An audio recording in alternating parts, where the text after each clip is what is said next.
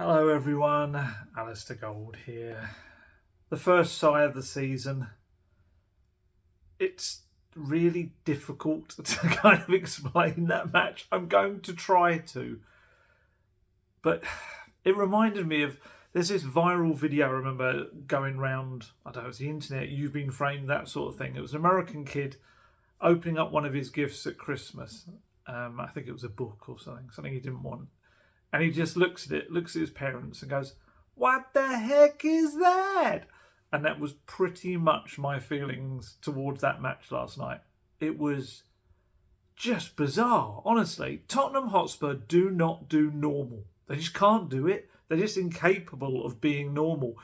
It's like that Meryl Streep scene, isn't it? Why can't you just be normal? And that is Tottenham Hotspur. It really is. Only Spurs could somehow almost spontaneously combust in a football sense during a match. Two players get themselves sent off, have ridiculous amounts of chances still with 9 men, and make their supporters proud. It was honestly, and you had the VAR nonsense around it as well. Honestly, especially after the first 45 minutes. We were just sitting there like, what is going to happen next in this game? And then the second half brought more mayhem. I mean, look, just to sum this up, this was a match that had 2 red cards, 2 injuries to key players for Spurs, as in big players, 5 goals, 5 disallowed goals. In the first half alone, there were 9 VAR checks. And it was just, honestly, it was 112 minutes the match lasted. And it was mayhem pretty much from start to finish as well. And it was a game that, it wasn't even that. It wasn't even just that. It was like it got to its end. And even just before that, when Spurs went 3-1 down, I looked kind of in front of me and realised, whoa, wait a minute, what's going on? Everyone was standing up and applauding the Tottenham players. And it happened again at the final whistle. And it was just, it was a little bit kind of hairs on your arms going up moments. It was, or the back of your neck is probably a better example. Because the fans, and let's be honest, the Tottenham Hotspur Stadium was toxic last season. It was an unpleasant place to be at times. There was booing at half time, there was booing at the end. There was lots of booing. So for this moment, and it was a 3-1 one that struck me more than anything, it was as if the fans were saying, "No, it's all right. We get it. We get what you've done. You have gone out there with 9 men. You have played your absolute hearts out. You have shown everything for that badge, for this club, and you've tried. 3 big chances for a 9-man team. It's just, you don't get that. Yeah, it was crazy. Yeah, the tactics we'll have a chat about. But my goodness, the crowd connected with the team. It was partly because of the credit in the bank. They were unbeaten up till that point. Had been top of the table until this weekend. But I think it was just a general message to those players. No. If you play like that, we got you. We got your back. It's when you don't try. It's when you don't give everything to us. That's when we're going to get pretty unhappy. But if you give us everything and we see you're giving everything, we got your back. We're going to support you. And it was lovely. And it took those players back. It really did. There was a few players that spoke after the game. It was Vicario and Kulusevski, certainly. We've got stuff from them and Sonny as well. I saw on his Instagram. It surprised them.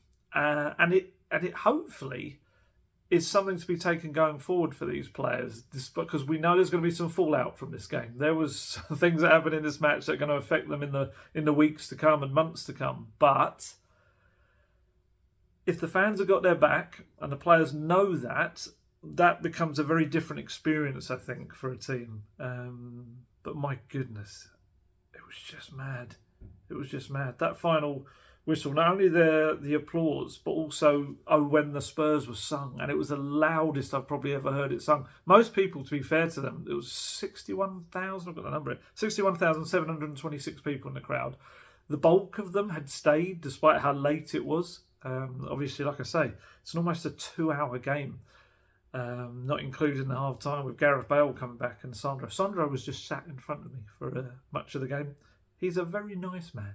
He really. I interviewed him a couple of weeks back a couple of months back now at Duke's charity match, the Kit Man. But I digress. Just to see so many fans have stuck around and to sing and chant, and I think no one else can understand it. I love that. I love the fact that there's a lot of fans from other clubs on social media completely confused by it. They don't get it. They think it's all classic Spursy, all bottle jobs, all of this sort of stuff. They don't get it. If you were in that stadium last night, you got it. You saw what happened. It was the weirdest 4-1 defeat I've ever seen. I've had so many people tell me in the aftermath, I don't think I've ever been as proud in a 4-1 defeat. Because, yeah, it was 4-1, but those 2 late goals, they're almost like, did they really happen? I know they did. I know they did, and I know they're on record as having happened. But it's almost like, you know, you do wonder that, you know, what would have happened last season, and the atmosphere and the difference in the way they would have done it. And it was just, with 9 men, they still showed everything that Postecoglou wanted, which it's a massive pat on the back, I guess, of Postecoglou and what he's trying to do. He would have taken a lot away from that. He would have taken, you know, you've heard me say in the past, there was times at different clubs when his players have done stuff that he wanted regardless of the risk. And sometimes it would result in goals against and things like that, but they would keep doing them. I would hope, and I might ask him this on Friday, remind me if I don't remember, because it could actually be a decent question.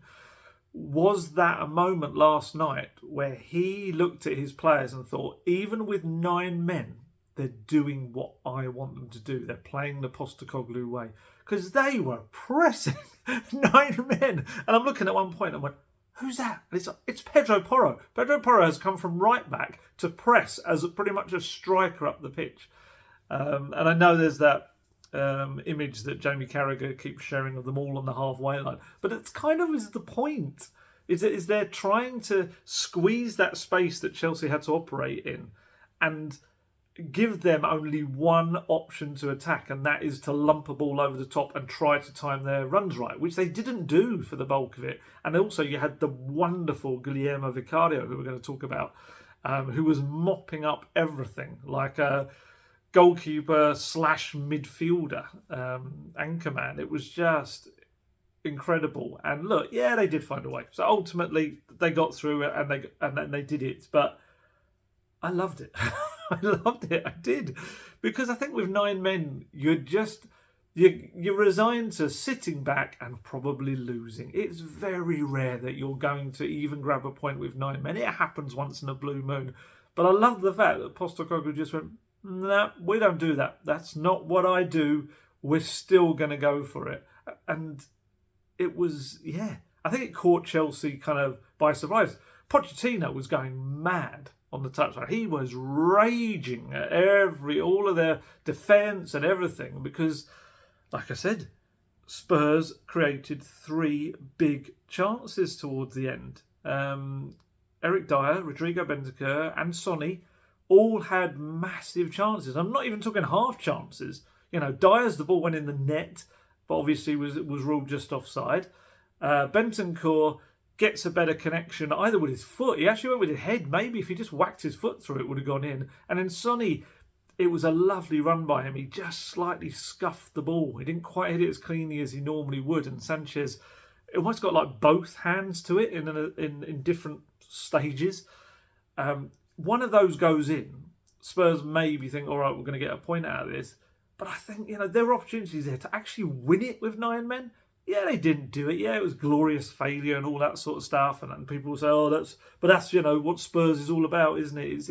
It's enjoying defeats and all that. But I think there was just more to take from this game. And I think there will be more to take mentality-wise going forward. Even just for Saturday. Spurs can say how well they played with 9 men. 11 should be a breeze, even with the issues they're going to have with suspension and injuries. I'm not saying it's going to be a breeze, but I'm saying mentally that's the way you should look at it. And yeah, obviously they pushed and they were brave, and the luck did eventually run out with Nicholas Jackson scoring in the 75th minute, which was obviously the kind of the killer one. But that was one of the weirdest hat-tricks ever. It's got to be one of the most unconvincing hat-tricks anyone's ever scored, because all three were, well, two of them were just squared ball, knock it in. And the third one was just, it kind of almost stumbled past Vicario. Yeah, very strange. And look, it's not to do him a disservice. He's a very young striker. He could be very good. But yeah, it's... Oh, honestly, I'm still bewildered by the game. I didn't get back in until gone one. Still writing about stuff last night as well, and just trying to process it. It's just mad. You know, I sighed at the start of this, of course, because it's the first defeat. Spurs have finally lost a Premier League game this season. They still sit second in the table, and there's still, like we'll talk about, more kind of fallout from this game, which is probably even more problematic than the result on the day and things like that. But there was just so much to take from it in a positive sense, which you would not ever think come from a 4-1 defeat. I know not everyone's going to get that, but I'm sure there's quite a few of you will be thinking exactly the same. It was strange, very strange game. And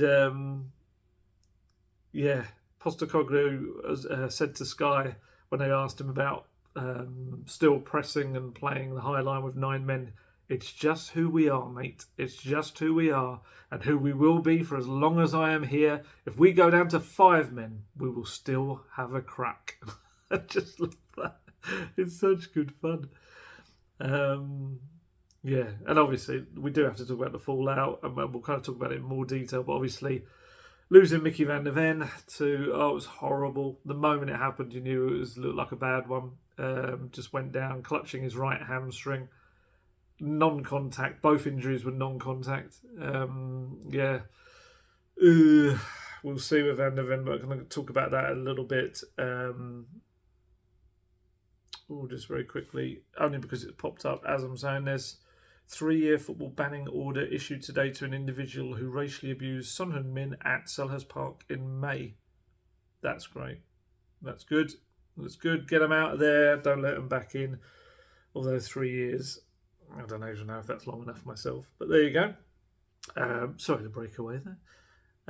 So yeah, losing Van der Ven, Romero returning to his old ways. I'm going to have a bit of a moan about Romero, I'm afraid. I was so disappointed with him. So disappointed. 3 matches he's out. He doesn't come back till December the 7th. It's a month today because of the international break. James Maddison struggling again with his ankle, of course, and then Destiny Udogie picking up his own suspension. Little differences in the Udogie and Romero situation, which we'll have a little chat about. But yeah, it's just such a weird night because really it was all meant to be about Pochettino. And it didn't really become a thing in the end. I think I was talking to Guesty who sat beside me, and he was saying he was spot on. It was all very anticlimactic because there was no real moment for anyone to voice any kind of noise or opinion about Pochettino. By the way, apparently, I think in the last video, or I continue to say Pochettino or Postecoglou in different times. It's going to happen. Honestly, I spent 5.5 years covering Pochettino. And it's going to take a little while to get him out of my brain. The weirdest one was last week. I said Brightford. And not only that, I said it twice again about a minute later. It's like, you can probably excuse you mixing up Brightford. Oh my God, Brighton and Brentford. You can mix them up and put them together once. But to do it twice, but then I've just killed it by making a hat-trick just there. Brighton. I know it's not Brightford. I know it's Brighton. But my goodness, that was scary. When I listened to that back, I was like, "Oh, there's something wrong with you. That's not just being an absolute. Well, it is just being an absolute muppet, to be honest." But yeah, I had immediately saw people commenting underneath, so I had to watch it. Once I publish these, I don't watch them back at all, and I kind of had to look at the point when people were saying, "It's like, oh, I said Brightford. What a weird kind of almost like a." self-created town that I made. Brighton and Brentford was what I meant to say. But yeah, so Pochettino, it was meant to be all about him and his return, and yeah, it just never really happened. He didn't. It wasn't really a goodbye of sorts, as in the goodbye he didn't get 4 years ago. He kind of got to say goodbye to people personally at the side of the pitch. I watched him after the game going down the tunnel, and I think he went on the pitch. He said, had a bit of a hug with Sonny and Ryan Mason and people like that. Do you know what? Probably the most tender moment was actually between Postecoglou and Pochettino at when they went up to each other in the dugouts. Pochettino's quite, I was going to say a handsy man. That sounds like he's some kind of deviant. But he's a very friendly chap. He will, he likes to give out hugs and stuff like that. But it actually surprised me that Postecoglou, when he went up to him, unless Pochettino had done it already, Postecoglou put his hands on Pochettino's face and was like, it was all very tender.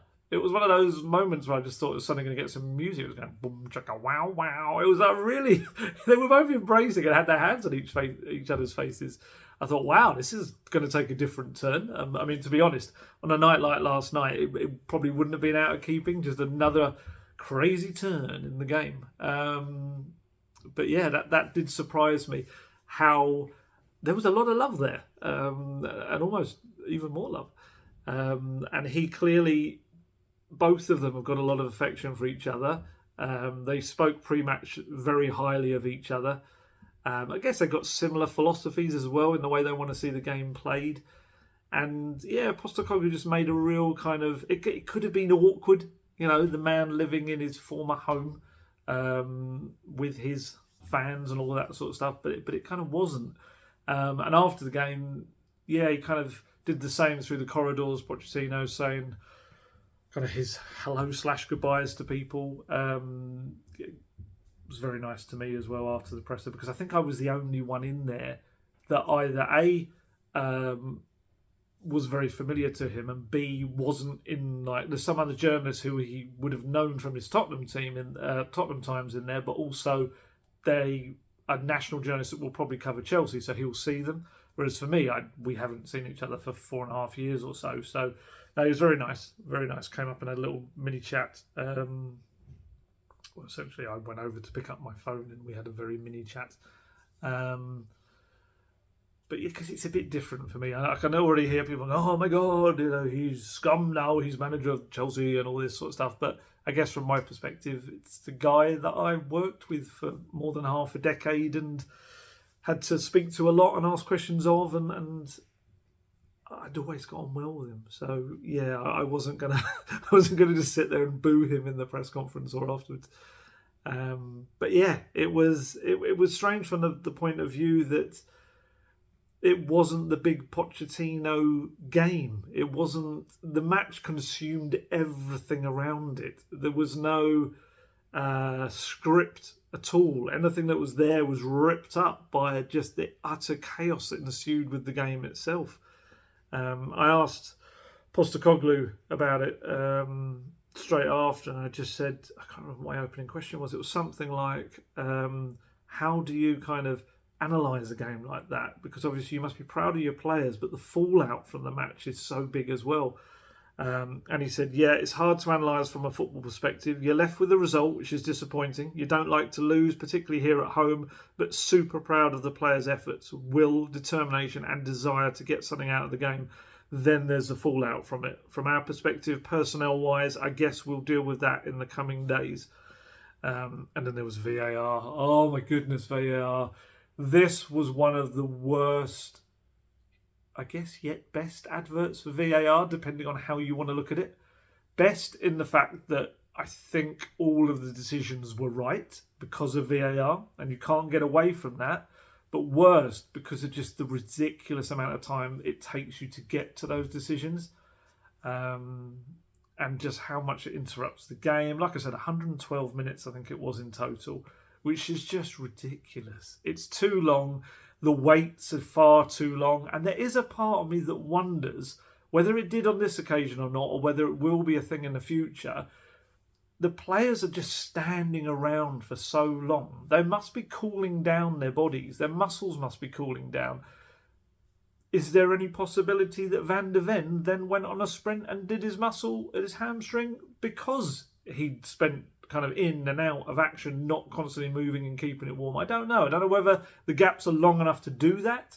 I'm sure anyone with any kind of more of a medical background can say whether that's the case or not. But it is going to get to the point where these gaps are so long, they're going to have exercise bikes by the side of the pitch just to let the players keep warming up while they work things out. It's too long. Even, I tell you, if you want to know how mad a match this was, Postecoglou got a yellow card. Postecoglou, who never moans about anything really, got a yellow card, but he didn't really even get it for moaning. He got it because he stepped out of his technical area for too long, which, yes, I know is very ironic when you get other managers that spend most of the match out of it. Even Poch, I watched him at the start of the game and he spent most of it on the actual touchline rather than the technical area. I think Postecoglou was explaining there was a moment when, and this happened quite a lot. This is another bugbear for me, and it was also, I think, will be one for Van de Ven, of the offside flag doesn't go up straight away. And I get the idea behind that. It's because they can then check it, blah, blah, blah, all of that. But there are so many moments when someone is absolutely clearly offside, yet they play through the move. And I always wonder, like, what if someone got a serious injury? And I'm trying to think, maybe even Van de Ven's injury came in a moment that was offside. I think it maybe did. But there was another moment where someone was closing down Vicario and they were well offside, and Postecoglou came out of his technical area. I don't know whether he said something to the linesman or what he said. So whether it technically was because he'd had a moan about something. But yeah, it was the fact that the offside flag then went up, and it could have caused problems for someone. It could have caused a problem for Vicario. But yeah, that's very. I guess he could technically say he's protecting his players, Postecoglou. But yeah, to see him get a yellow card is very, very rare. And my goodness, he hates VAR. Honestly, if VAR had a face, it would be on Postecoglou's dartboard, having darts thrown at it pretty much every night. He despises it with a passion. And it doesn't matter whether it's good for his team or works for their benefit or works against them. He just hates it. He really does. All the Spurs. Just trying to see, the Spurs under 21s team is out. The reason I'm going to very briefly stop because I just want to have a little look. There we are. Oh my goodness, my eyes. So Dorrington's in there. Okay, I wondered whether he might end up getting a place on the bench on Saturday. I guess he still could as a bench role. No Phillips, which pretty much suggests Saturday he's going to be involved. I think we know he's going to be involved in some capacity. It's whether he starts or he's on the bench. Who else? No Valise, which is probably expected as well. Yeah, that's kind of roughly what we expect. Tyrese Hall getting in there as well. Fantastic. Right, okay, I'll keep a brief eye on that, even though it doesn't really make any difference to you, because by the time this comes out, you'll be well aware of the result. But yeah, back to Ange and his VAR disgust, distaste, despair, and just wants it destroyed, quite frankly. Because, yeah, I think it's because it's, well, he explained it himself, actually, I've got the quotes here. It's the nemesis of everything he wants to do in football. He wants things to be fast-moving, relentless, exciting, enjoyable, and VAR systematically works to destroy that and fragment and frustrate and slow down matches, and he hates it. And there was a really interesting moment where I don't know who the reporter was. Not that I'd name them anyway, but I just think they completely didn't really listen to the fact that he was having a proper moan about not only VAR, but the fact that he feels that people criticise and try to kind of tell referees what they need to do too much, and he hates that. And he is quite good on that. He doesn't really criticise them after the game at all.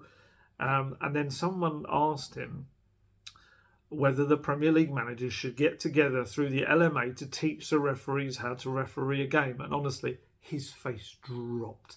He was bristled, I think is the way. He bristled at the suggestion of that. And here's what he said. He went, see, that's the problem. That's the problem. Premier League managers should just manage their football clubs. I've never, and I never will, talk to a referee about the rules of the game. I was taught that you grow up and you respect the officials. You know what managers do? I tell you what managers do. We, me included, try to find ways to bend the rules and get around them. Tell me what the rule is, and I guarantee you'll have a room full of managers processing, how can I get around this? They're not the right people. We're not the right people. And I get that people keep saying that, but I don't agree with that. What I want is the best officials always being upskilled to officiate the game. I think that it's so hard for a referee to officiate the game nowadays. Their authority is constantly getting diminished. I grew up afraid of referees. They'd be like policemen. Nowadays, I guess we talk back to policemen as well. I'm old school, mate. I'm from a bygone era, and I just like the purity of the game, but that's not what's going on. Part of this is my problem. I've got to embrace it and find a way to work with it, but it goes against everything I want to work with my team on. I want my team to play fast, attacking, high tempo, go at it football. If we get a red card, a penalty against us, so what? Let's cop it. Let's go again. But we have to stand around for 2 minutes trying to figure out if something is offside or not. Let the linesman make the decision. Remember, it used to be the benefit of the doubt to the striker. Remember that? We all lived with it. The game didn't collapse. But like I said, I'm an old man shouting at the clouds, mate. I'll cop it for that, but that's who I am. Oh, I love so much about that. He is a guy who you cannot fail to come out of a press conference going, yeah, that was cool. That was just like, you nailed it there. You absolutely did, because VAR does give us probably, I was going to say, does it give us more to talk about, or do we still talk about those decisions anyway? Or does it make them even more theatrical is probably the way to look at it. And talking of theatrical, Postecoglou on Tuesday night, Halloween, went with his wife Georgia they were invited by Sir Kenneth Branagh to watch King Lear, which he is directing and starring in the West End. Sir Kenneth Branagh, not Ange Postecoglou. And yeah, that was the bit that brought the other little nod from him towards my little trip, steering my wife to go and look at his former place in Paran and where he grew up. And he turned to me during that when he was talking about King Lear, and he said, yeah, that wasn't on the syllabus at Paran High School, mate. I like that. And a little look at me. That was the thing I couldn't tell you because it was in the embargoed section, but it's quite a funny little thing if you see the video of it. But what he was also asked was, in this pre-match press conference, was he hoping for another dramatic performance, albeit with a better ending from his own team? To which he said, yeah, there was a fair bit going on in that play, mate. I definitely want a better ending than Sir Kenneth had, for sure. Because if I'm hopefully not ruining it for anyone, King Lear dies at the end of it.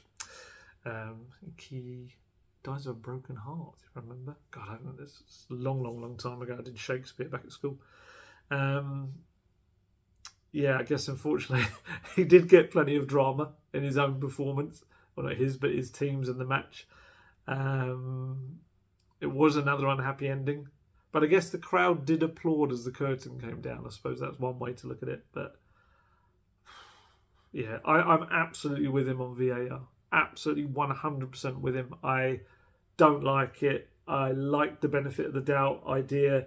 Yes, there were times when we go, oh god, that's so dodgy. You know, they got a ropey goal there. That was offside, kind of thing. I think I'd still take those for what it is now. I hate the fact that you can't properly celebrate. I hate the fact that we had, so many moments, 10, 11, 12 maybe VAR checks during the game that just kept stopping it. And 2 minutes is generous. Sometimes they run into 3s and 4s and maybe longer. Unfortunately, as he kind of said himself, the door's open now. That's it. It's there. I've had no issue, like him, again, no issue with goal line technology. It's perfect. It's infallible. It's a system that just sends a message to their watch. The referee knows, and that's that. But it's just boring. Well, it's boring in terms of ruining what was football. I guess it's not boring in terms of the spectacle when you're inside a stadium. But it ain't football. It's not what it used to be. So yeah, Now let's talk about some of the players. I'm going to have to start with Christian Romero. Like I said, most disappointed I've probably been in a Spurs player for a long time. And a lot of Spurs players have disappointed me. But Christian Romero, and I'm sure he won't care that he's disappointed me whatsoever. Those who, critics of Romero, will say that this has been in the works, this has been coming, that he has been kind of flirting with the of crossing the line, I guess, in matches, some of them this season. Personally, I think he's been wonderful. I think he's been superb. I think he's managed himself and his game brilliantly and used the best parts of it, used the aggressive front foot nature of it, but hasn't really stepped over the line for me. I mean, he's only had 2 yellow cards, which for Romero is just otherworldly. And he's led that team. He's kind of had realised he's a World Cup winner. He's the most experienced player. Even though he's only 25, he's the most experienced kind of person in that back line in terms of Premier League experience and over most of them age. Postecoglou's praised him. His teammates have praised him. Pundits have praised him. He's nominated for Player of the Month for October, for goodness sake. On Monday night, last night, Christian Romero just regressed. He just went back to everything that was bad about him in the past. Immature, rampaging, wild and unreliable. Just the way he played. And it was so disappointing.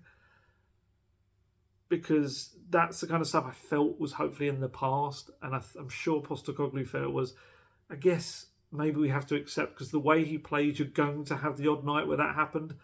But it just... he just kind of looked out of control from the early. So he was too hyped up, which is mad when you think about some of the games they've played already, like big games so far this season, including the North London derby. And he was really kind of controlled for that game. He had a handball against him, but that's not the kind of thing that happened last night. Look, when you look at Romero, I've said it before, yes, he's someone that likes to leave his mark on people when he's tackling. I think I compared him to that kid in the playground that he used to just love clipping your ankles and your shins as well as taking the ball. It was like part of the fun. Training at Hotspur Way, he's exactly the same. As I used to say about Eric Lamela, you wear your shin pads when Cootie's on the other side against you at Hotspur Way in a training session. You just do. He has this glee that he gets from wiping people out on the football pitch. Honestly, just watch training. I've been there in attendance. I've watched training sessions where he's slid into people. Even this week in a training session, in the video that went out, he slides into Eric Dyer, who thankfully kind of sidesteps him, because now we know Eric Dyer is the only fit senior central defender. If he'd wiped him out in that training session, I don't know who would be lining up in defence this weekend. But yeah, it's just kind of the way he is. It's not malicious. I know it sounds weird, but it's not malicious. The players kind of love him for it. It's just Cootie. It's just the way he is. It's like that kind of big brother who likes to kind of ruffle your hair and grabs, wrestles with you and does all that sort of stuff, and just it's always almost play fighting. He is that kind of funny big brother off the pitch as well, and they know he's always got their back on it and off it. And obviously, in terms of technical ability, he's one of the best players at the club. But this match, it just shows what happens when he switches his brain off, and it just disengages from everything else, and the passion overwhelms him. Like I said, he was too hyped up, and in a derby you need cool heads. His head was overheating. Honestly, you could have fried an egg on his head. It was just... The other thing I always notice, I've said this about Guesty every time, and I guess this goes back to the kid in the playground analogy. Do you remember if there was like that kind of rough kid, the one who didn't like to be embarrassed by players that maybe were a little bit more skillful than him? If they got knocked over in the playground, they were almost kind of embarrassed, and you just knew someone was going to get walloped. Whoever was the next one in the line of having a tackle against them was going to get clomped on their legs. I used to play, when I played Sunday League, captain Carl was his name, was exactly the same. He would fight for you in every single occasion, perhaps when you didn't even need him to. But my goodness, there were moments when if someone nutmegged him, if someone knocked him on the floor, you knew something rubbish was about to come next, and it was likely to see him leave the pitch. And that's kind of what happened early on in this game, was that Romero he went on a kind of a run down the right-hand side, and he was knocked off the ball and he fell on the floor. It was 22 minutes in, and he's on the floor, and he just swipes out his leg at Colwell. And immediately I saw Colwell go down. Everyone was looking up the pitch, and I said to Guesty straight away, I said, "Oh, something's happened to Romero. I think this is going to be a red. Whatever it is, it's happened off the ball." And you kind of watch it back, and it wasn't the hardest kick in the world, but he has, with intent, swiped out his leg to give him a bit of a kick. And it doesn't matter that he, doesn't connect with the biggest kick, and Colwell maybe goes down reasonably easy. I don't know. I wasn't on the end of the kick, but it was a red. It was a red for me, and I felt VAR it was almost more interested in the handball, because straight from that, I think it was the one where Sterling ran through and he handballed it on the way to putting it in the net. And it was almost more like, oh yeah, but we've got to rule out that goal. Don't worry about the other thing. Although, from what I was told, my boss Lee told me today that apparently Sky during the coverage said that the word from the VAR people, or the Referees Association, I can't remember where it comes from, was that it was deemed petulant and not malicious, which just made me crack up when he told me. He told me that mid-podcast earlier. Golden Guest Talk Tottenham podcast, if you don't listen to it. And I just find it bizarre. What's the difference? Was there still intent? So, as I said on the podcast earlier, can you just kick someone and and just shout as you do it, "Petulance"?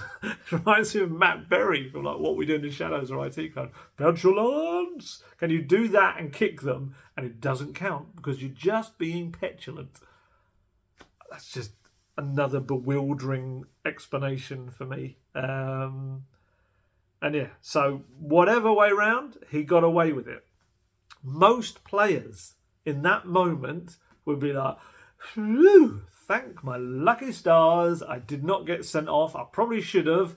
Right, I'm going to take that very generous gift from VAR and the referee, and I'm going to crack on with this game and make everyone say afterwards, well, that's not fair. He should have been sent off. And he was brilliant after that. He was decisive." Not Christian Romero. Christian Romero saw it as an excuse to just keep cracking on with what he was doing. And it was, even barely 5 minutes later. And it was on his own countryman. It was on Enzo Fernandez. He launched into a tackle that was one of those where the rough and tough players, I think, tell themselves, I got the ball. It doesn't matter what happened next. Yes, it does.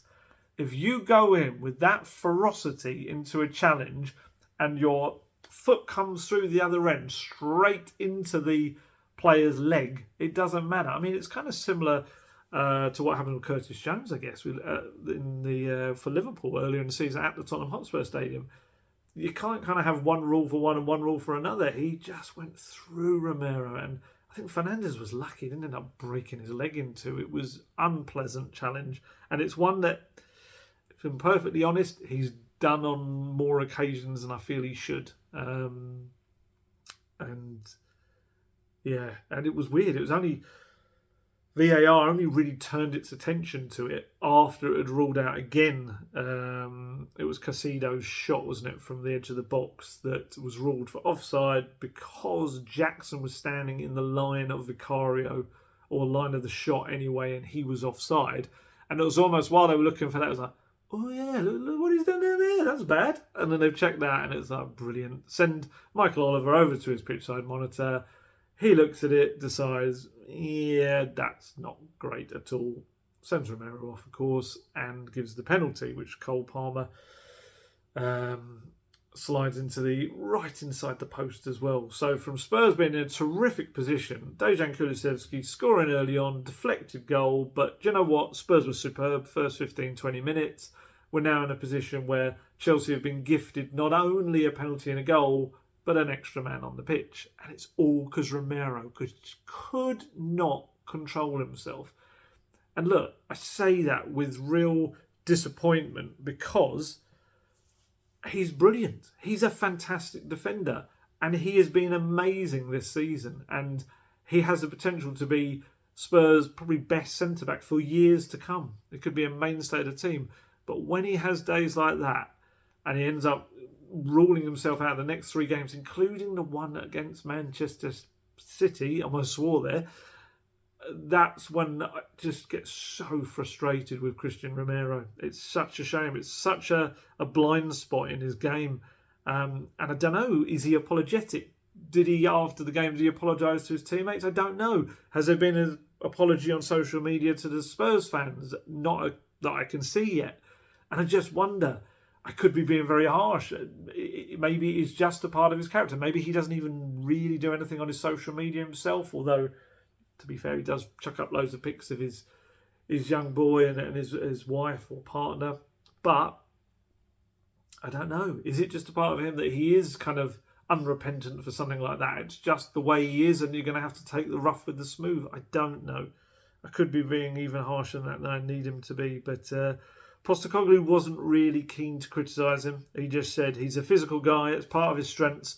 And today it was deemed he went too far and we've just got to cop it. I'm sure privately either he or his staff will have had a word with him, with Romero, because it can't happen again.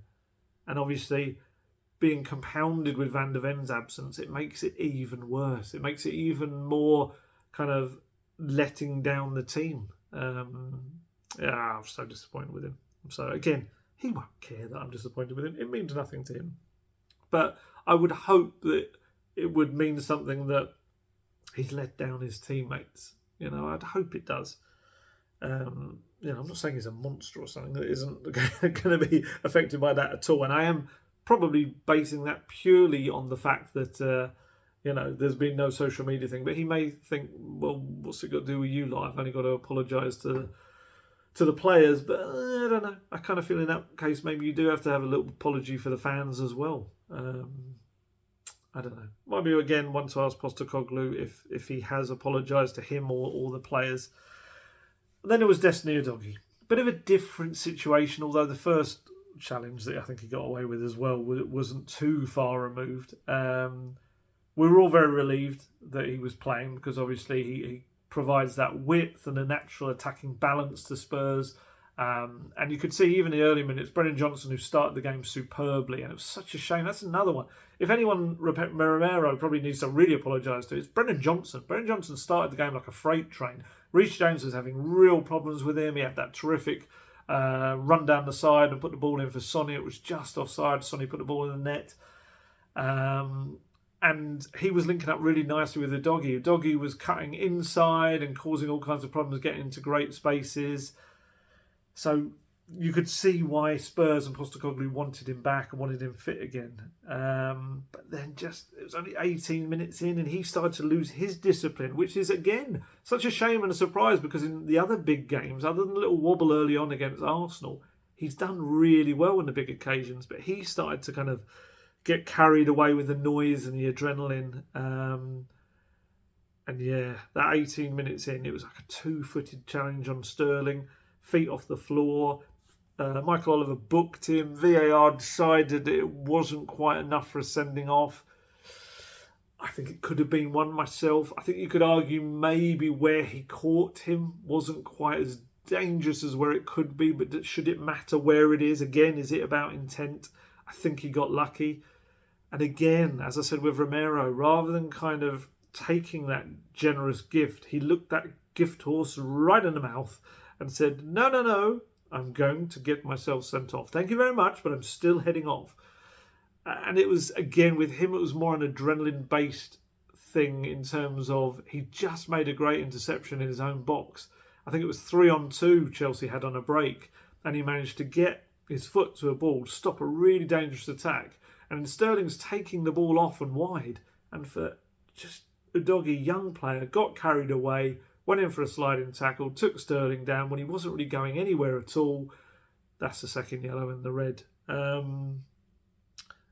His teammates were consoling him as he went off. I'm more of the feeling that I can't go in too hard on Udogie because I do think he was a young player. He will learn from it, but he was a very young player. He's only 20 years old.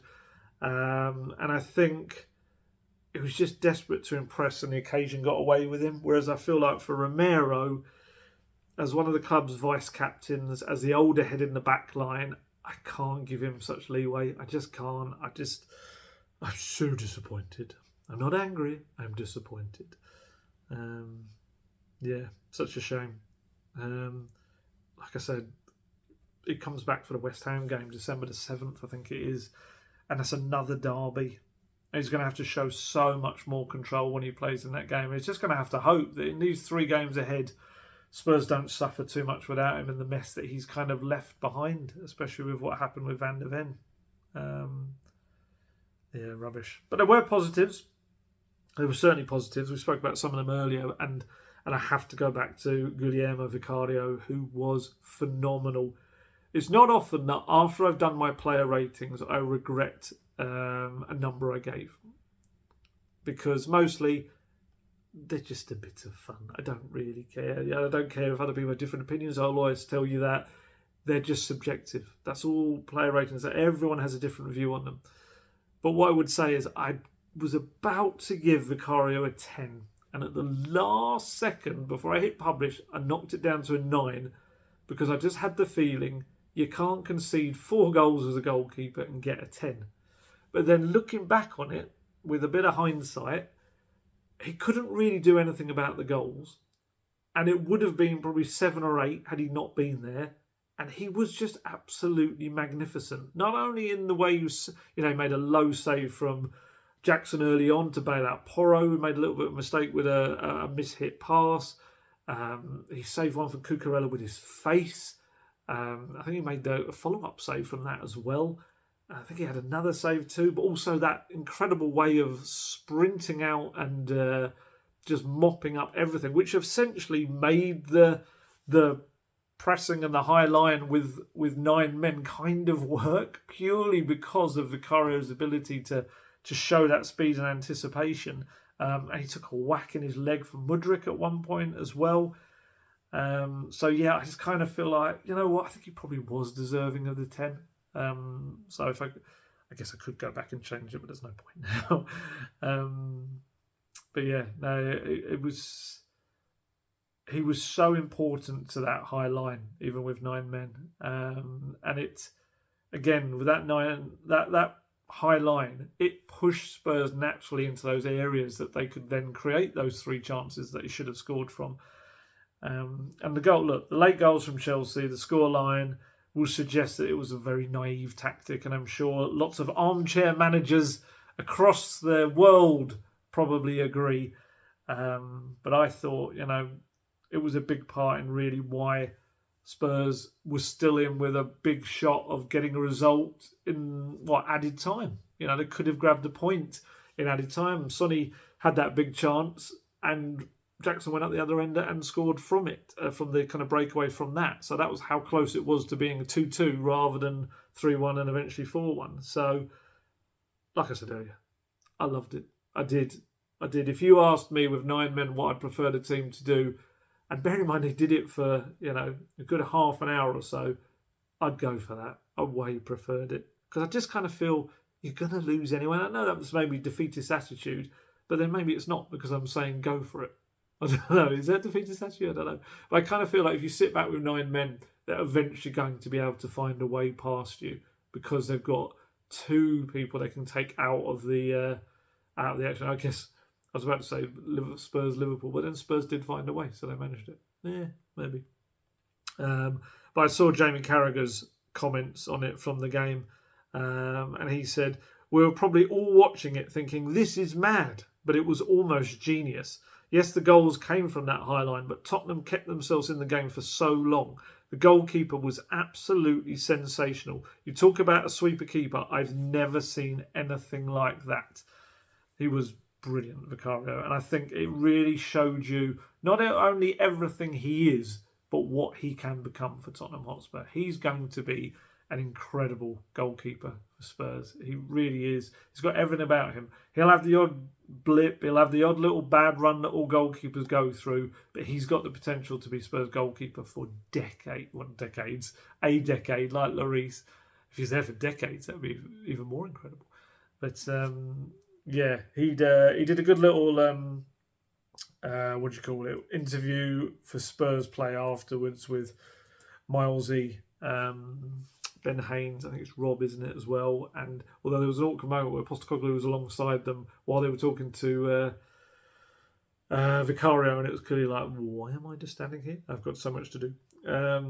But yeah, he was asked about the game, and he said, I think we gave everything. This is Vicario, everything we had inside, and I think we have to be so proud of all that we did on the pitch. Of course we are sad about the result because you always want to win, but I think the effort we made tonight was so big, and the crowd and the fans, it was an unbelievable performance from the lads. Just to be proud and of course work on what we need to improve, but I think we showed plenty of good stuff tonight. So just to clear our mind now, it's difficult after an emotional game like that, but we need to recover, and then we go again to give our best in the next game. And on those 3 big chances with just 9 men, he said, this was unbelievable. I think we tried to stay in the game until the last minutes. And of course, you have to concede some situations because it's not easy to play football with 2 men down. I think we deserved maybe a little bit more because we gave everything, but that's it. We accept this defeat, and we go on. And he was asked whether the high line, his job of sweeping up, was just a natural thing that the players had done and he'd done, or whether it was specific instruction from Postecoglou, which we kind of know since it was. Vicario said, of course, you have to make a choice. You have to take some risks because we think if we stay 50 minutes inside the box, they could have more chances to score. So we tried to keep this strong high line. I think we did a great job. Of course, you can concede some chances, but yes, everything was in our plans. Yeah, he was brilliant. Absolutely brilliant, Vicario. It was like a bit of kind of, not coming of age night. I'm trying to think the best way to describe it, but a night when I think he really showed everyone just how good he is, and he is one of the best goalkeepers in the Premier League already, and he's only going to get better. He's turned 27 now, and that is relatively young for a goalkeeper. So yeah, fantastic. He was my man of the match, and that's, bear in mind, someone's got a hat-trick on the other side. I still think he was miles and head and shoulders away the man of the match. The only other defensive player who stayed on the pitch from start to finish was Pedro Porro. And do you know what? After that early mistake he made with a bit of a messed up pass, which Vicario bailed him out of, Porro was superb. He was so good. I've got his stats here. 4 tackles, 3 clearances, 1 block shot, and his fitness is so good that he was getting up the other end of the pitch. Contributed 6 crosses, 3 of them successful, and 1 key pass. And it was his very beautiful teasing free kicks that first Eric Dyer volleyed in from, and then Bentancur really should have put the ball away from as well. I just thought he was superb. I've said it before, I think he's one of the best passers at the club, but he's also really developing as a right back as well, especially in the inverted number 10 role that Postecoglou fullbacks have to do. He was, brilliant for me. One of the players who's probably just behind Vicario for me as one of the players of the match. Just incredible fitness levels, absolutely incredible. And then there were the players that came on. Eric Dyer, I thought with that finish, which was a beautiful volleyed finish from Porro's free kick, I thought it was going to be the Eric Dyer redemption story. You know, hasn't played a single minute this season, a competitive minute, and he comes in and he ended up playing about 78 minutes it was. He made some early little interceptions and sliding challenges, which I think upped his confidence straight off the bat. And yeah, that finish was one that any striker would have been proud of, to be honest. Although it did say a lot about, I guess he kept going about this, he's spot on, he kept going on about it. It says a lot about Chelsea's defending, that Eric Dyer was at the back unmarked when Spurs had 2 less players to worry about. It's mind-boggling how he was absolutely unmarked there. And that was probably why Pochettino was going absolutely mad, bellowing at them all. But yeah, and look, he and the defence got quite up the pitch in the final moments, but they would have all been knackered. They were all trying to go for an equaliser. I don't think anyone can really kind of get criticised for that at that point. And like I say, 78 minutes in his legs will be good for him. He'll probably be aching and suffering a bit today, but he's kind of got to get himself ready for Saturday again, because he's going to start unless he picks up any problem. There's no one else senior centre back wise. And look, he's not going to be the perfect fit for a Postecoglou system. We know that. But if he has the right partner alongside him, I think his use of the ball as well, especially when Spurs are in possession, and they're going to try, as always, to have a lot of the possession at Molineux on Saturday, I think he'll be okay. There's going to be the odd goal that's going to result from him being out of position or the ball being knocked past him, and we're just going to have to accept that. But I thought it was a really praiseworthy performance that he put in. I was really pleased for him, because he gets a lot of stick, and yeah, if we're to assume that he's going to see his contract out and leave at the end of the season, to come in and throw his body at everything and put everything on the line for the shirt, I just thought it was good for him. It was kind of a little reminder that it's not like he deliberately wants to do anything against the club. He's going to give his all. He had Emerson alongside him to begin with, who I thought did very well as a makeshift centre-back. I think he's played occasionally in a 3, but never really in a 2, albeit maybe at the end of the game when they've had a bit of a reshuffle, Spurs, and he played well. I think maybe did he when Basuma got sent off? I can't remember. But he was, he did well, and he switched over to left when Udogie went off, and I presume, unless Davies makes a miraculous comeback from his ankle problems, that you'd imagine that Emerson will play on the left on Saturday. Not as effective going forward in the number 10 situations, but defensively, especially if you've got someone like Johnson ahead of him, I think he'll be fine. Johnson providing the attacking outlet. Then Højbjerg came on and went into the centre-back role, and he did very well. Like, within moments, did this amazing block with his knee on the goal line that flicked the ball up and over onto the roof of the net. And he celebrated, they were all chest bumping, celebrated like a goal. You could see the connection between the players, and even these players that have come in, they could have come on sulking, like, this is your own mess, I'm not going to clean it up for you. But they all came in with the same mentality of, we're not going to be the one that lets everyone down. We're going to throw everything we've got at this. And I thought Højbjerg was brilliant. He really was, especially when you think about the fact that he's playing in a position that is not his position whatsoever. He did very well, and against a team that has been very expensively assembled and has lots of pacey attackers. I think there was one moment when he outpaced Sterling, Højbjerg, running back. He does that sometimes. He's not a slouch at all. So yeah, he made another big contribution from the bench again, Højbjerg, which again makes me think, don't let him go in January, especially with Basuma and Sarr heading off to the Africa Cup of Nations. Oliver Skipp came on and did well as well. He made a really good interception in his box. Then he played the terrific quick pass through to Son that set Son away towards the end. I thought it was a good little kind of cameo from Skippy. Again, another player who hasn't had minutes galore recently. Bentancur, talking about a player that certainly hasn't had minutes galore. 39 minutes he got to his name this time, after what was about 10, 11, 12 minutes at Palace. This time, he got a lengthy kind of run out, really, almost a half of football, and he looked okay. He looked sharp. He held the ball up really well in a lot of moments, dribbled past players. He looked confident, didn't look fearful about his knee or anything like that. It was quite kind of reassuring, really, or surprising maybe, of just how much sharper he looked than I expect him to be for a player that's been out for 8 months. Obviously, it could have just been a little bit sharper when Porro slung that ball across, and he kind of got his head to it and like nodded it wide. It kind of got caught. It wasn't like a proper header. It was almost like it hit his head rather than him heading it. And I still maintain that if he chucked a leg out at it, I think he probably would have volleyed it straight past Sanchez and into the goal. But yeah, that was promising. And I'm intrigued to see kind of what happens on Saturday, whether he comes into the team. Maybe it depends what happens with Maddison. We'll have a little chat about that in a mo.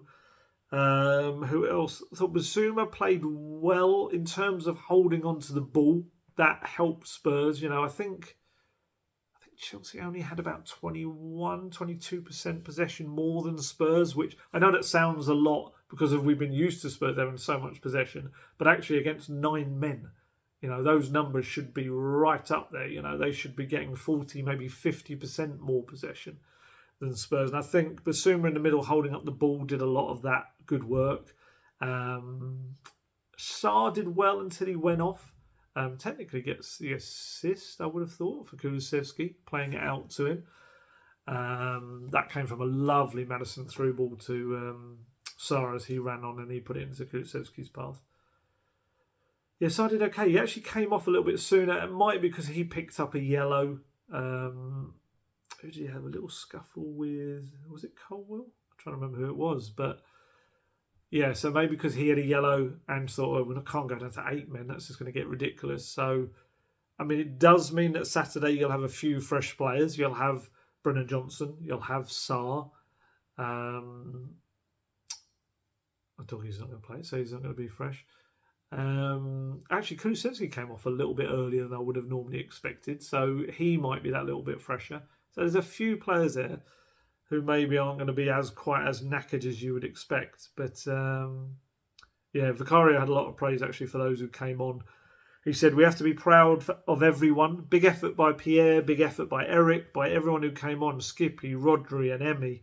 That's Emerson, if you're not aware. That's what a lot of them call him. It was not easy. Too many situations, too many changes in role on the pitch, I think because of the red cards, But I think we have a big mentality and we can get over this type of situation. We have to be proud of ourselves and then we have to go again. And I've noticed actually the fans, they've repurposed the Antonio chant now it's become Vicario. I hadn't noticed that before. It may well have been chanted for ages and I've just absolutely has gone over my head, that one. But yeah, he was said nice things about the crowd. He said, I'm so thankful to the crowd, but we're thankful because their applause at the end means a lot for us because they've seen all the effort we have put inside the pitch. So a big thank you to our people, to the Spurs fans for tonight, and now we go again on Saturday. So yeah, Saturday. Ooh, I don't know what's going to happen next. It's just mad that it all started with that Kulusevski goal. It was 106 minutes later that the game ended. It's crazy. Actually, Kulusevski got some quotes from him as well. The guy stopped him in the mix zone while I was in the presser. He said, we were proud, absolutely. We were very, very angry in the dressing room, but the coach was very proud and the players also. You cannot ask for more than this. We played with 2 guys off and we still competed at a high level. We created a lot of chances and did good, honestly. You cannot do more than this. And on that, the crowd's reaction at the end of the game, he said it was unbelievable, honestly. Some things are bigger than life, bigger than football, bigger than the wins. Honestly, I was really proud of that moment and the fans. I was grateful and it makes me want to give more back. And actually on Kulusevski, you might have noticed, he did like a celebration like this, like cupping his hands, almost like tunnel vision thing. And pretty much it's exactly what it was. He said it was just watch straight, don't watch nobody else. Just listen to our coach, be with our teammates, and watch straight. That is all, nothing else. It's like that. I can imagine him saying that exactly in that kind of blunt way. And that's kind of what Spurs have got to do now. They've got to look straight ahead. They've got to kind of switch out from all the noise about who's missing, who's injured, who's suspended. And they've just got to very much listen to what Postecoglou's got to say because he will guide them through this. Regardless of who's playing, his style of football will naturally give him a bit of a crutch to lean on. Because, yeah, I mean, he said on those injuries as well, it's too early, but looking at Mickey, you're thinking it's a pretty significant one, so you'd assume he'll be out for a little while. Madder's got a knock on the ankle, and we'll just have to assess him and see how it is. I'd imagine for both players, when I'm recording this today, on Tuesday, they can't do scans and things like that when there's swelling. They have to kind of allow it for at least 48 hours to go down. So you'll probably find out more tomorrow. Van der Ven left the stadium on crutches, which is not great. And I think it kind of, you cast your mind back to Toby Alderweireld, remember, against Real Madrid.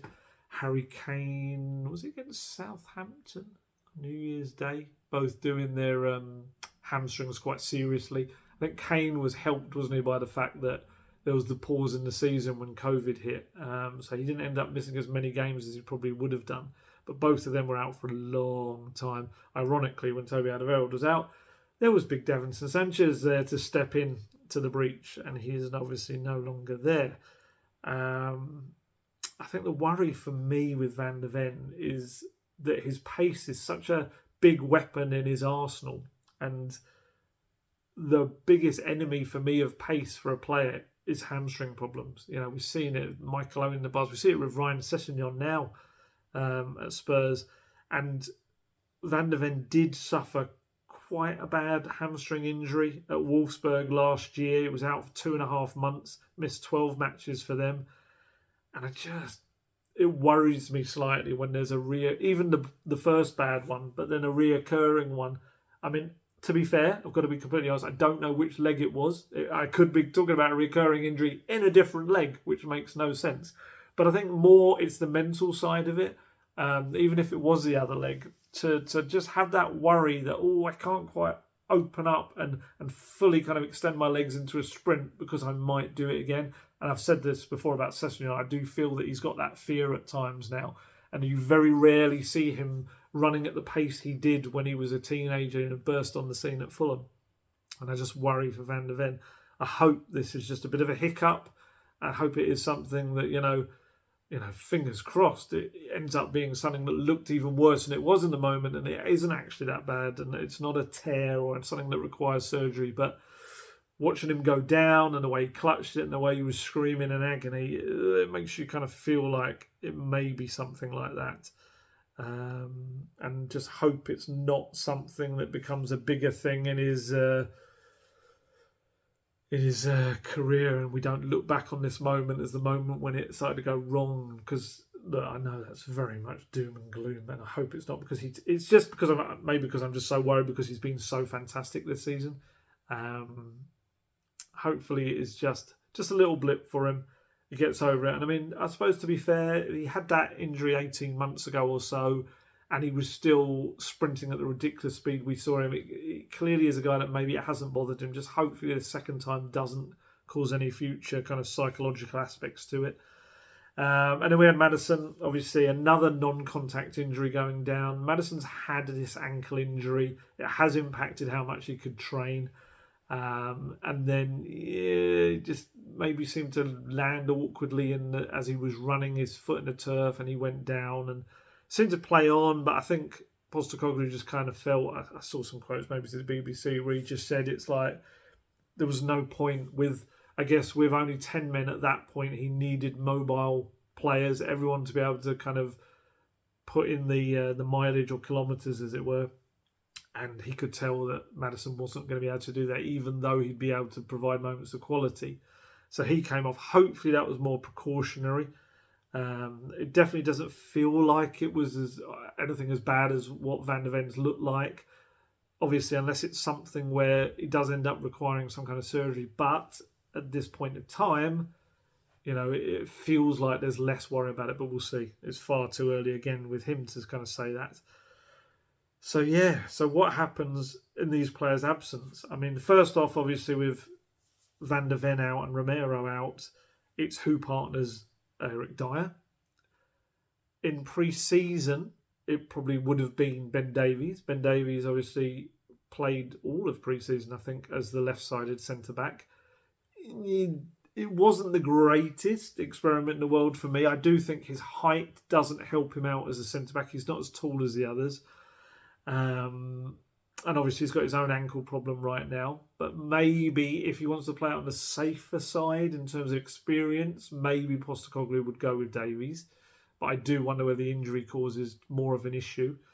You've got Emerson. Would you play Emerson again there? I would say that probably Emerson's more likely to play as the left back.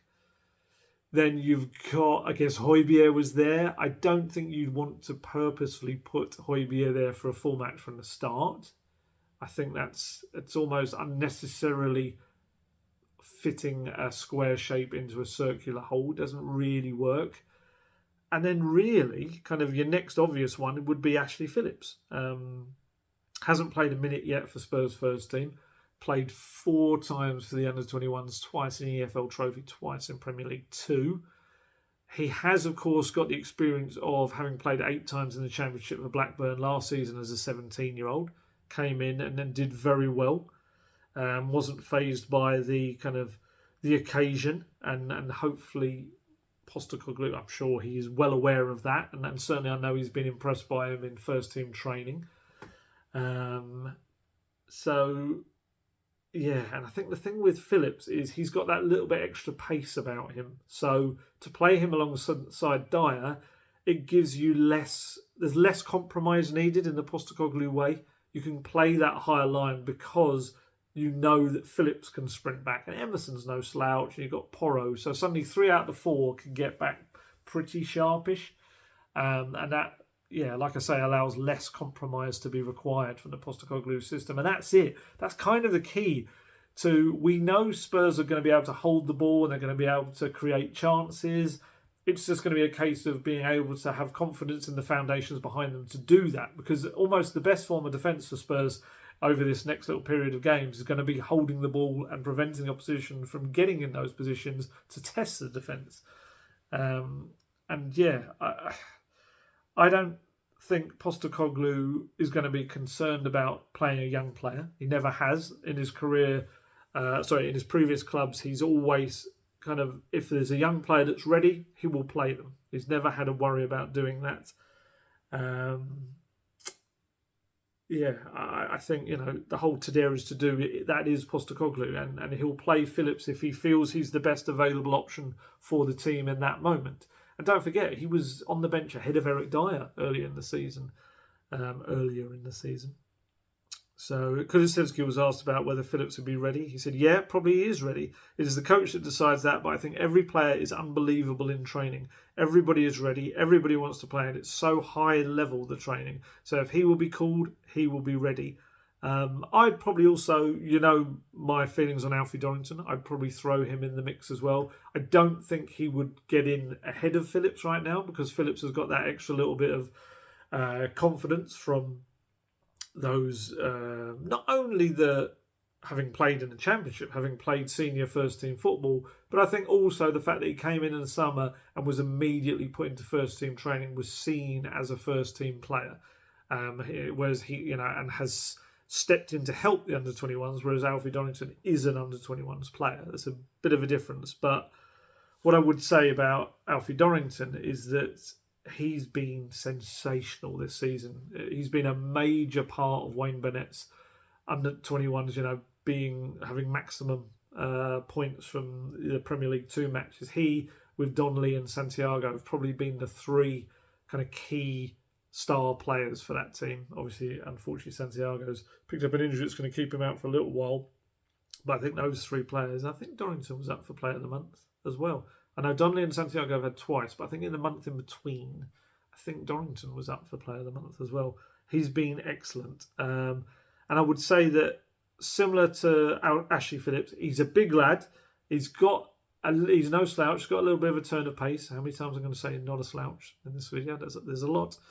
At least I haven't said Brightford yet. Technically I did. But he's a bit like Phillips in terms of his build, his ability. They actually play alongside each other for the under-21s. I have a couple of times. And for me, Dorrington was the more eye-catching of the 2. They're both England under-19 internationals. What I would say about Dorrington, for me, I think he's got a little bit extra ability on the ball and able to drive through the midfield, a bit like Van der Ven and Romero can do, and he can also play a pass. It was the under-18s Premier League Cup final, I think it was, last season, when he did this brilliant run from the back, exchanged passes with Mikey Moore, and then set up Jamie Donnelly to score. It was a lovely goal, rampaging centre-back style, not rampaging in the Romero style yesterday. But yeah, I think I would hope that at the least Dorrington gets more first-team exposure and maybe a place on the bench. He's going to be the only other fit centre-back if Phillips does play. Just looking to check that he hasn't made an absolute horror show against Cambridge in the EFL trophy. I don't think he has. There's no more updates from the... maybe. Let's have a look.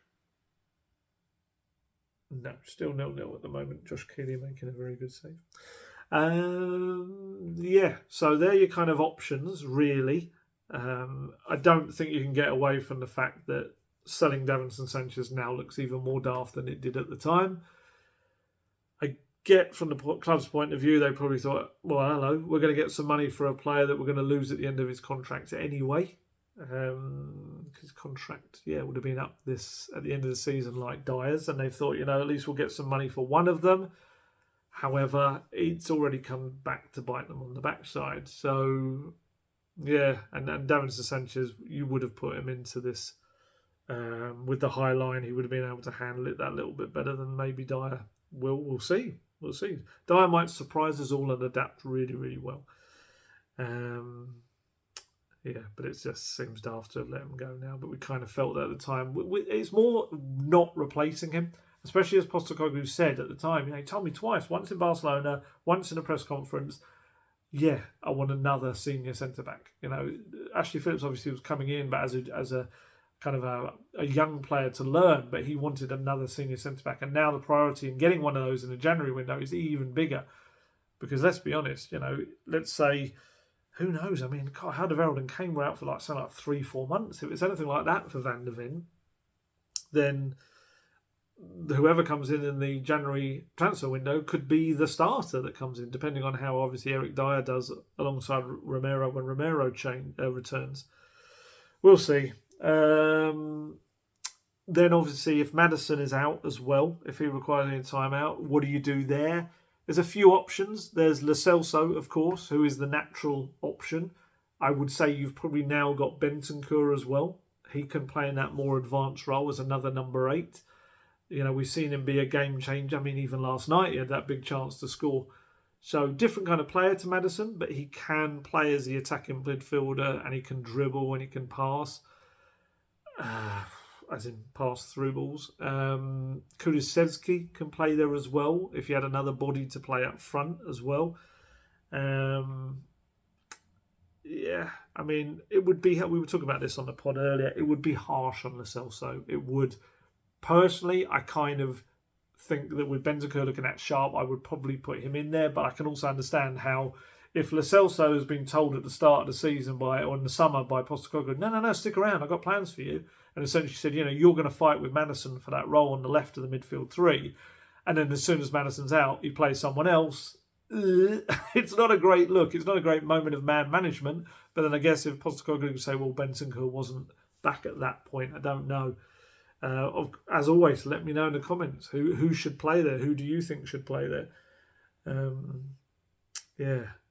It's a tough one. And then obviously you've got the other little issue that's emerged today of Richarlison having an interview after the game with ESPN Brazil. A bit of an emotional interview, as sometimes his are with ESPN Brazil. Maybe because it's just a reminder of home, I don't know. But he admitted that he's going to have surgery on his pubic bone, which I don't know if it's a similar thing to what Oliver Skipp had or not. That was kind of down that area, if you'll pardon my squeamish expression. It all sounds very painful. Right, I'm going to read you the quotes first, and then I'm going to tell you kind of the other side of it.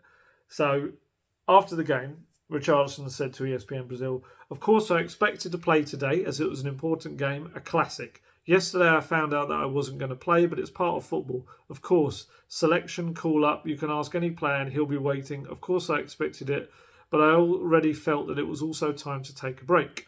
Look, the last few months haven't been easy for me. I've been suffering with my health. I think that I've spoken to doctors and I'll soon have pubic surgery. I've been suffering for 8 months, fighting, looking at the team, at the club, and I didn't look for me. I think the time has come to take a rest, take a break. Let's see the next few days. Soon I'll do what's best for me." So there's a couple of sides to this. Yes, he has been playing by the sounds of it for 8 months with a little issue. What I would also say was he found out yesterday that he wouldn't be in the Brazil squad, and he also found out that he wasn't going to be in the Tottenham team. And like ESPN Brazil saying their piece, he was emotional in the interview. So you would wonder whether, looking at it through his eyes, has he got very emotional in that moment and thought, oh, this is all rubbish. This is all rubbish. It's not my fault. It's this problem. This is what's been causing the issues. I want to go and I want to get this fixed. That's it.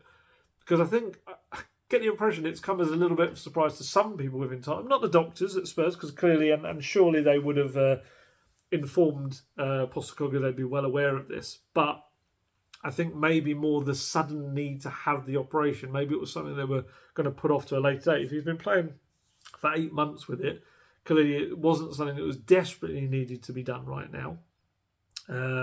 So I'm intrigued to see kind of where this goes and how much his kind of thinking around the subject stems from suddenly being left out of the Brazil squad. I've got the quotes actually from Fernando Diniz, the Brazil coach, on leaving him out, Richarlison. He says, more than the system, I have to try to be fair and look at everything that's happening. I believe that these players that I called up for this moment will be better able to deliver what I am expecting. Richarlison is an excellent player and played very well in the main competition, which is the World Cup, but was unable to deliver what he could in these games. He didn't play badly, especially against Bolivia and Peru. It's just that the team is the team and he competes with other players. At the moment, I preferred to summon others. So yeah, I wonder for Richarlison, by all means, could need the surgery now. It might be the best thing for him. I don't know what kind of recovery time you're talking, but if he feels that he's been inhibited by it and we haven't seen the best Richarlison because of that, maybe it could be the best thing. The other side to it is if he does it because he feels like, he's just annoyed with his situation right now and he takes himself out of the kind of contention at Spurs, I think he's only allowing Brennan Johnson then to solidify his place in the team in a season where Spurs are going to play once every week. Brennan Johnson is kind of, like I say, he's impressing at the moment pretty much every time he's playing. So are you allowing him then to take that opportunity from you? I don't know. It's kind of one for him to weigh up with the medical staff, of course. Like I said, I thought Johnson was very exciting again yesterday.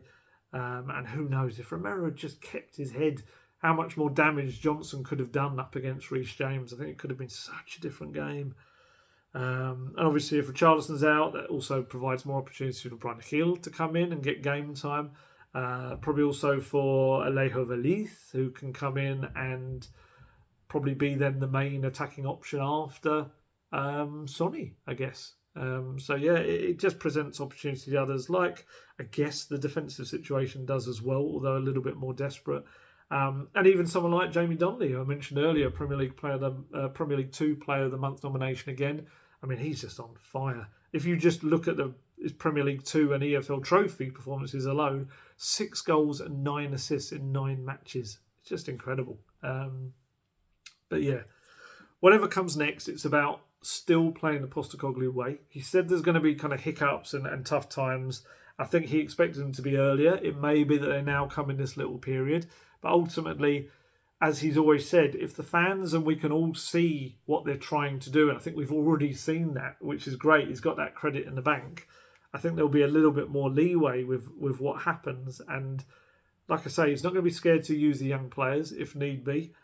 And the foundation's kind of being built. So even if there's a bit of wobbles, you're going to still see the style of football being played, and that's going to be important as well.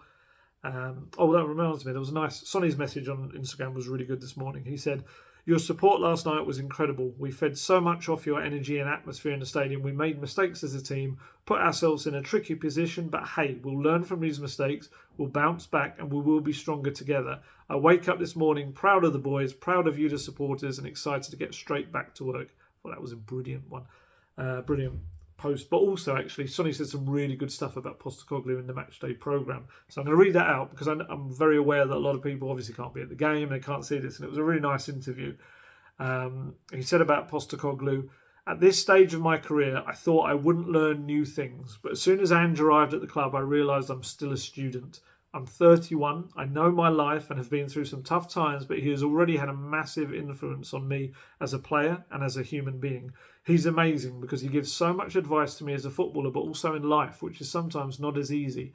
He has so much of an influence on the players, and we're so happy to have him. I think he's really special. It's been a fantastic journey for him and for us so far. The way he speaks during his pre-match team talks are incredible. It makes me feel like my heart is bouncing, and I feel like I want to go out there and give my all for him and his club. So this has made a huge difference. He's the type of manager that is always looking for ways to improve, and the way he approaches each game and his style of play is perfect for our group of players. We have a clear understanding of what he wants, which is important for the team, and I think he's doing a fantastic job. You can see it around the training ground and in the stadium that the players are playing with a confidence and happiness and are believing that we can do something special. So, of course, that was said before Monday night, before last night. Cambridge have just taken the lead. Spurs' unbeaten record has gone. They have suffered injuries and suspensions. It all came in one game, like a bit of a hammer blow.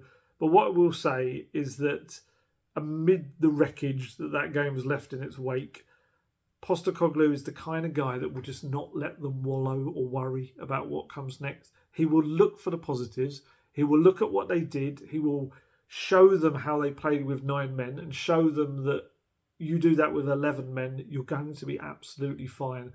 There's players to come in. There's young players to be given a chance. You know, sometimes from these opportunities that arise for young players, a star can be born. Who knows? We just don't know. That's the beauty of it all. And he will continue to impress upon them that his system gives them that safety net. And his ability to have their backs give them that safety net as well. So these players who are coming into the team will just be told, you do what I'm asking you to do. Don't worry about everyone else, and we'll have success. So it's going to be a massive test for them in terms of not having, a key central defensive partnership in Van der Ven and Romero. Of course it is. But I'm intrigued to see. That's what I'll learn the most from this, is how much the Postecoglou system actually stands upon its own 2 feet in a way, regardless of the players in it. That will be a really exciting thing to see. How much is it, does it need to be propped up by certain kinds of players? Can other players fit into it if they kind of do what he asks of them? Does it help players to shine that maybe would not have in different circumstances? And that's the thing, the players have got no reason to doubt Postecoglou right now. Everything he has said has come to pass thus far. Like I say, this game was a hiccup. It was a mad game. It was a chaotic game. It was a crazy game. Try writing about that game. Try talking about it for what we're up to, almost an hour and a half. But yet we still came away with positives. I know I sighed at the start, but I wasn't really sighing at the end of the game. I was kind of weirdly proud while wondering how the world I was going to analyse that match and what was going to come from it. So, yeah, I think we'll reserve judgment. I think we'll get a good sense of it at Molineux. It's going to be a tough game. A lot of teams have gone there and really struggled against Wolves this season. I know there's something like 14th in the table. Let's have a look. I've got the table right here so I can tell you if you're not already aware. They are 14th. I was right. Yeah, they've only won 3 of their 11 matches. I think that's something Spurs can take from it as well. They got beaten by Forest at the weekend. So yes, they will try to target an uneasy defence with a lack of cohesion and time together. But, Spurs had that at the start of the season, and yes, you could argue about the quality of the players, but Matt Wells worked really well with them and got them playing in a certain way, and now they've got probably from tomorrow after a recovery day today, but then Ashley Phillips really worked, and like I say, not in that squad tonight for the under-21, so they'll have worked with them. They'll have Wednesday, Thursday and Friday. It's only 3 days really, but still, yeah, like I say, I'll keep going back to it. I'm intrigued to see what we learn about the Postecoglou system and how particular players need to be within it. Yes, of course, it's best served by the absolutely perfect players for it. But I'm intrigued to see whether it raises others to a certain level when they feel confident within the comfort of the system. And we'll see what happens with Maddison, but there's still a lot of very good players in there that can take the ball higher up the pitch and do something with it. Like I say, Kulusevski, Son and Johnson particularly up front. Bentancur coming back. If Bentancur's played, 39 minutes yesterday, almost a half, Postecoglou seemed to indicate that he kind of would be ready to start if needed. Does he come in? Does Lo Celso come in, make a bit of a difference? Absolute fresh pair of legs, Lo Celso, trying to hungrily make his mark. Lo Celso playing on the left of a midfield three for Argentina is a revelation for Argentina. I love him playing in that role. If he brings that to Spurs, maybe he, again, opportunity opens doors for people. Maybe that's what happens. So, yeah. This is not like last season. I'm not going to bury my head in the sand and just weep. Okay, can you weep under the sand? I guess you can. Because Spurs have lost 4-1 in the game. Because it wasn't a 4-1 game. I know it was in the scoreline, but it wasn't in terms of the actual match itself. And I know you understand what I mean. And I just feel that there's enough that we've already seen to build on from now. Yes, the squad is small, and yes, that's being shown now. I mean, I looked at the list of injuries, especially on the left-hand side. It was ridiculous, some of the injuries in it. Let me see if I've got it now. It was just incredible. It would honestly make people not want to play on the left side of the pitch. I've got it here. I've got to read it out because it is ridiculous. It is... Where we got? Here we are. Perisic out, injured. Solomon out, injured. Davies out, injured. Richarlison requiring surgery. Udogie out, suspended. Maddison being assessed, potentially out. Van de Ven injured. Honestly, that left side, don't go near it. I wouldn't even want to play there. Crikey. And add to that Romero as well being suspended, and that is a hell of a list of players out. Mad. But there you go. What are you going to do? That's football. That's what it's going to chuck at you. And it's about how you respond, how you react, and what you do going forward. And at least we know with Postecoglou, he's going to be brave. It's going to be crazy, chaotic, and ultimately enjoyable. And yeah, we'll learn a lot about his team and him, I think, in the weeks ahead. We really will. Right, I'm going to head off now. Aware that I'm approaching the amount of time that the match took. We're over what would have been a normal 90 minutes now. So I'm going to head off. Hopefully we'll learn more about Van de Ven and Maddison in the couple of days ahead. And hopefully it's better than we fear. And then we'll head to Molineux for the early kickoff on Saturday. Yeah, I would love to be back and on Sunday doing a happy video. But we'll see. We'll see what it brings. Fingers crossed. So I'm going to leave you now. As always, stay safe, stay healthy, look after yourselves. I shall catch you later. Goodbye.